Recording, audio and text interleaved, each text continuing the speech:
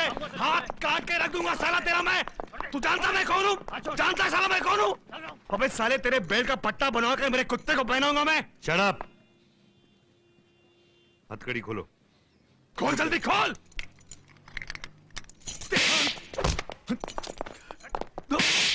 साले police inspector को मारा तुमने। तूने मुझे मारा? वर्दी के दम पर बहुत फुदक रहा है तू। तेरे कंधे पे लगे हुए सितारे उतार कर गटर में फेंक दूंगा मैं। तेरे कपड़े उतार कर तुझे नंगा पुलिस स्टेशन से घर भेजूंगा ना, तब तुझे पता चलेगा मैं कौन हूं। मेरे सितारे उतारेगा तू? हाँ हाँ उतारूंगा। मार। ये ऑफिसर का पट्टा उतार के कुत्ते के गले में पहनाएगा तू? हाँ पहनाऊंगा। मार। मुझे नंगा घर भेजेगा तू? हाँ भेजूंगा। मार मार मार मार साले मार। हर मार की दुगनी कीमत चुकानी पड़ेगी तुझे। मार।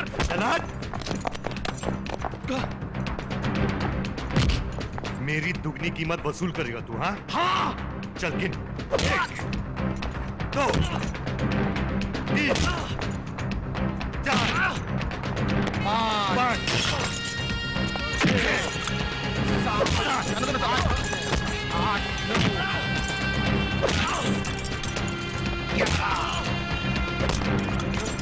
12 13 14 15 16 17 18 25 26 27 28 30 31 भूखा प्यासा रखो साले को। Okay sir. मैं भी देखता हूँ कौन आता है इसको छुड़ाने के लिए।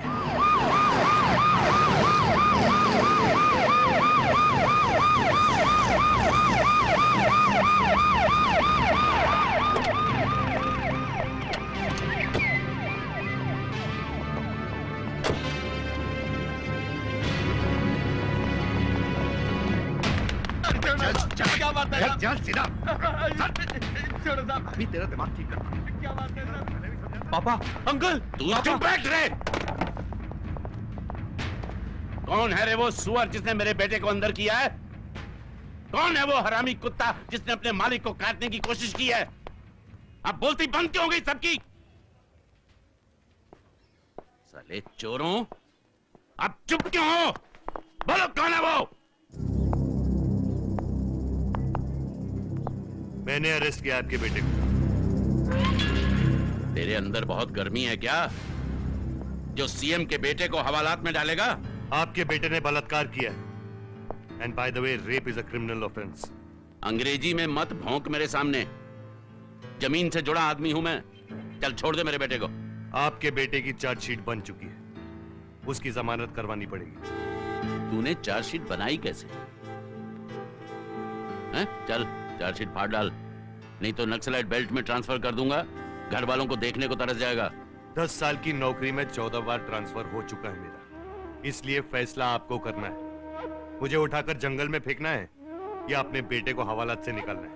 साले पुलिस के पिल्ले, मैं तुम्हें पगार देता हूं। आज तू मुझे ही काटने आया है? एडवोकेट साहब, इन्हें कहिए कि अपना हाथ खींच ले, वरना पुलिस ऑफिसर के ऊपर हाथ उठाने के जुर्म में मैं इन्हें अंदर भी कर सकता हूँ। साले कटल की औलाद, तू मुझे अंदर करेगा? मुझे? सर प्लीज आप अपने गुस्से को काबू में रखिए sir, please. I am sorry officer, मैं अंबर की जमानत के कागजात जल्द से जल्द लेकर आता हूँ। आइए सर, प्लीज। पापा मुझे यहाँ से बाहर निकाली। ये एसीपी जल्लाद है, मुझे जानवरों की तरह पीटा उसने। रामखोर, तूने ये सब किया क्यों? सॉरी पापा, गलती हो गई। ठीक है, रोना मत। मेरे बेटे को 3rd डिग्री दी है तुमने। वो क्या माफिया लीडर है या अंडरवर्ल्ड से कनेक्शन है उसका? वो बदतमीज है जो अपनी बाप की कुर्सी के धौंस से सबको डरा के रखना चाहता है, लेकिन जो भी मुझे डराने की कोशिश करेगा ना, उसका हाल मैं वैसे ही करूंगा। बहुत गर्मी है तेरे खून में, तू देखना, पूरा पुलिस डिपार्टमेंट देखेगा।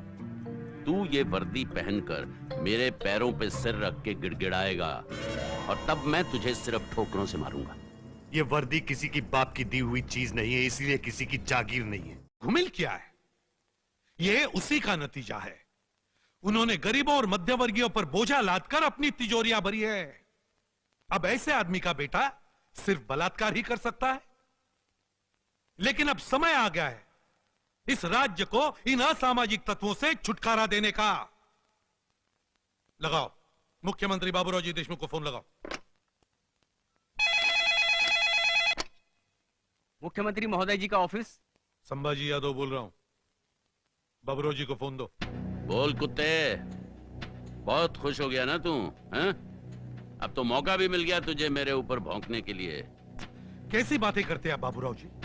देखिए बाबूराव जी, आप मुख्यमंत्री पद पर हैं, आपका व्यवहार शिष्ट और शालीन होना चाहिए। अरे हरामी, अब मुझे तुझसे तमीज सीखनी पड़ेगी। मैं आपसे बहस करना नहीं चाहता, मैं सिर्फ ये कहना चाहता हूँ कि अपनी शक्ति और सत्ता का दुरुपयोग करके अपने बेटे को बचाने की कोशिश मत करना बाबूराव जी। तू देख संभाजी, कल मैं अपने बेटे को छुड़वा लूंगा।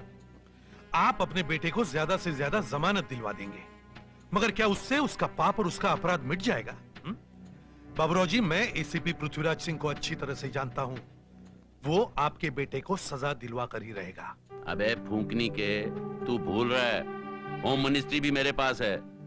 साले को ऐसी जगह फेंकूंगा शहर देखने को तरस जाएगा। ये भूल मत करना बाबूराव जी, क्योंकि जहां सत्य है वहां विजय है। और एसीपी पृथ्वीराज सिंह की कार्रवाई के बीच में आने का प्रयत्न भी मत करना, क्योंकि उसकी रक्षा करने के लिए मैं बीच में खड़ा हूं। अविनाश, साला पृथ्वीराज कब चार्जशीट दाखिल कर रहा है वो? जल्द से जल्द, ताकि जैसे ही वो लड़की हॉस्पिटल से डिस्चार्ज हो अंबर के खिलाफ अदालत में मार डालो उस लड़की को। हाँ मार डालो उसे। तू मुंह बंद रख वो लड़की कुत्ते। नहीं टूट रही सर, केस तो रजिस्टर हो गई, मार डालो। मगर कैसे होगा सर? पुलिस प्रोटेक्शन है वहां पर। रुपया खिलाओ, पिलाओ, नहलाओ, रुपए से पूरा अस्पताल खरीद डालो, लेकिन उस लड़की को खत्म कर दो। आई से गेट आउट फ्रॉम हियर। वो एक मिनट रोक। आप पानी पिला दो ना साहब। Hello ACP Patwardhan. ए चिल्ला मत सुअर। बाबूराव देशमुख बोल रहा हूँ। Sorry sir. क्या हुआ? सर वो लड़के का स्टेटमेंट नहीं मिल रहा है, उसकी वजह से अंबर का छूटना। वहां किसने भेजा तुझे टकले? ये स्टेटमेंट की बहानेबाजी मत सुना, नहीं तो Sharma bribery case, Gokhale inquiry committee, Samant encounter, सारी फाइलें खुलवा दूंगा। बच्ची कुची जिंदगी जेल में काटेगा कुत्ते।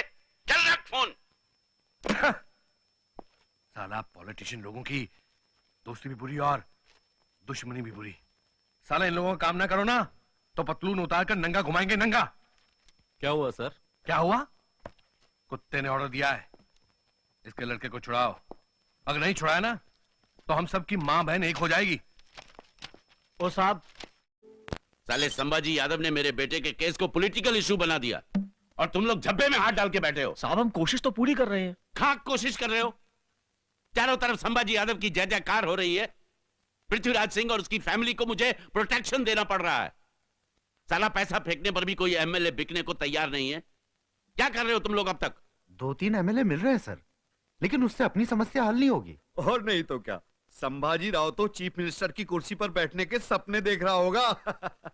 कभी नहीं बनेगा वो साला सीएम। टीडब्ल्यूटी के 22 एमएलए यादव को कभी सपोर्ट नहीं करेंगे और हमारे पास अब भी 90 एमएलए हैं। अपने 46 एमएलए लेकर संभाजी यादव क्या अचार डालेगा उनका? और दूसरी बात यह है, अगर मैं सीएम ना रहा तो मैं असेंबली डिसॉल्व करने की सिफारिश करूंगा। तब तो री इलेक्शन होगा। होने दो, क्या फर्क पड़ता है? इस बार पब्लिक अपने खिलाफ है बाबूराव जी। तो क्या फर्क पड़ता है? मुसलमान बस्तियों में 2-4 बम फेंको, 200-400 लोग मरेंगे, कोई दुख की बात नहीं। 2-4 पुतलों पर चप्पल की माला चढ़ाओ, मार काट होगी, कुत्ते संभाजी यादव पर मैं केस ठोक दूंगा। जब तक मेरे पास पावर है कोई मेरे खिलाफ इलेक्शन नहीं जीत सकता। और टेंशन मुझे इलेक्शन का नहीं है, मुझे टेंशन है अपने बेटे के केस का। जज ने ऑर्डर दिया 7 दिन के अंदर चार्जशीट दाखिल करने के लिए।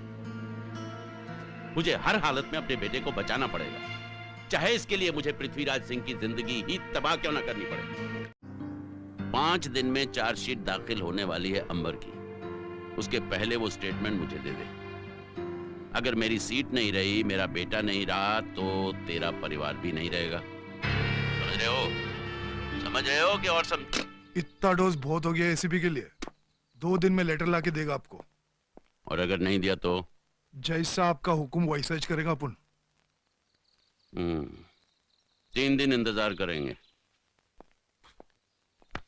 फिर उड़ा देना उसकी पूरी फैमिली। खेल संभाजी को बहुत भारी पड़ेगा। मीडिया थूकेगी संभाजी राव यादव पर। आज बोलती बंद कर दी कुत्ते की। साहब संभाजी राव यादव आपसे मिलने आए हैं। साला मरेगा नहीं कुत्ता। नाम लिया हाजिर, जा बुला उसको। जी साहब। साहब, ये संभाजी का इस वक्त आने का मकसद क्या हो सकता है? बहुत चालाक कुत्ता है वो यहाँ गार्डन में घूमने नहीं आया। वो इतना कमीना है कि फालतू में अपनी अर्थी पर भी नहीं लेटेगा। नमस्ते नमस्ते।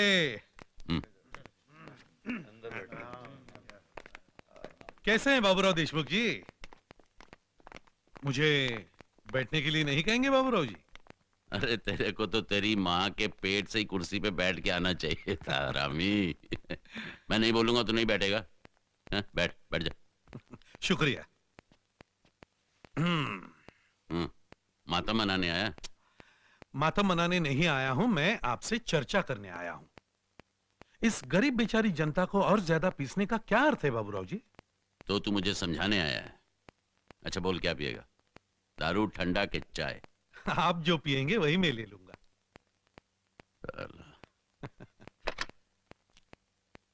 हाँ कदम। Yes sir. 2 कप चाय भेजना, मलाई मार के। Okay sir. बोल किस लिए आया? देखिए बाबूराव जी, आपके पास 90 एमएलए हैं। आपने सारे प्रयत्न कर लिए, लेकिन 11 एमएलए खरीदने में आपको सफलता नहीं मिली। तो तू क्या 46 एमएलए लेके सीएम बनेगा? मैं ये कहना चाहता हूं बाबूराव जी कि अगर मैंने अपने 46 एमएलए को लेकर आपको समर्थन दे दिया तो क्या आप मुझे डिप्टी चीफ मिनिस्टर का पद दे सकेंगे? साला कैसे रंग बदलता है रे। मैं गटर के किनारे बैठे खुजली वाले कुत्ते को डिप्टी सीएम बना दूंगा, पर तेरे को कभी नहीं। तो फिर अंबर के बारे में विचार करो बाबूराव जी।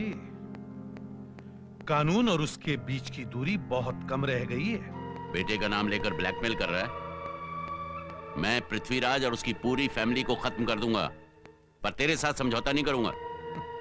तो क्या उसके बाद आप मुख्यमंत्री पद पर रह पाएंगे? अरे 3 दिन में लोग भूल जाएंगे। इस देश में महात्मा गांधी मारे गए, क्या हुआ? बड़े बड़े नेता टपका दिए गए, क्या उखाड़ लिया जनता ने? जन्मदिन पर समाधि पर चले जाते हैं, मरण दिन पर फूल चढ़ाकर कीर्तन करते हैं। तू डिप्टी सीएम बनने का सपना छोड़ दे। बाबूराव जी, आप मुख्यमंत्री पद का इतना मोह क्यों रखते हैं जो जनता 2 साल के बाद आपसे छीन लेगी? जरा सोचिए बाबूराव जी, अगर हम दोनों की शक्ति और विचारधारा एक हो जाए तो न जाने कितने वर्षों तक हम दोनों मिलकर जनता की सेवा करते रहेंगे। साला तू पूरा सुअर है, भूख खा के रहेगा। तू बाबूराव एक बात बता यार, तेरे को डिप्टी बना के मुझे क्या मिलेगा? सिर्फ मेरी कुर्सी बचेगी ना? मेरा बेटा तो लटक जाएगा। नहीं बाबूराव जी, आपका बेटा मेरे लिए राष्ट्र की संपत्ति है। उसकी सुरक्षा की जिम्मेदारी मेरे ऊपर है। ये देखिए, ये उस लड़की की पुलिस फाइल की जेरॉक्स कॉपी है, उसकी स्टेटमेंट के साथ। अच्छी तरह से देख लीजिए।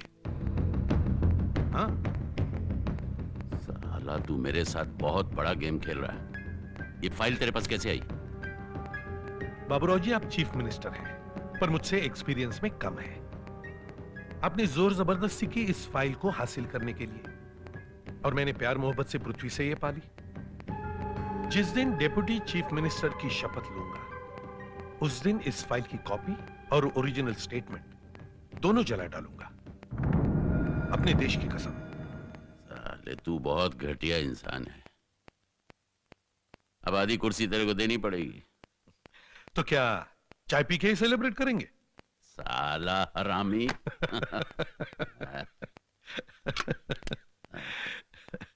कदम। Yes sir. चाय कैंसिल। 1 ब्लैक लेबल, 2 गिलास भिजवा दे, चखने के साथ। दोपहर में पियेंगे सर। तो तेरे को पूछ के पीना पड़ेगा क्या गधे? Sorry sir. अब तेरे को क्या हुआ बुड्ढे? एक बात की टेंशन है बाबूराव जी। अब कौन सा टेंशन रह गया रे? पृथ्वी पर हमला करने वाला अगर पकड़ा नहीं गया तो पुलिस कमिश्नर और होम सेक्रेटरी दोनों को डिसमिस करने का दावा किया था आपने मीडिया के सामने। उसका क्या होगा? तू बस दे।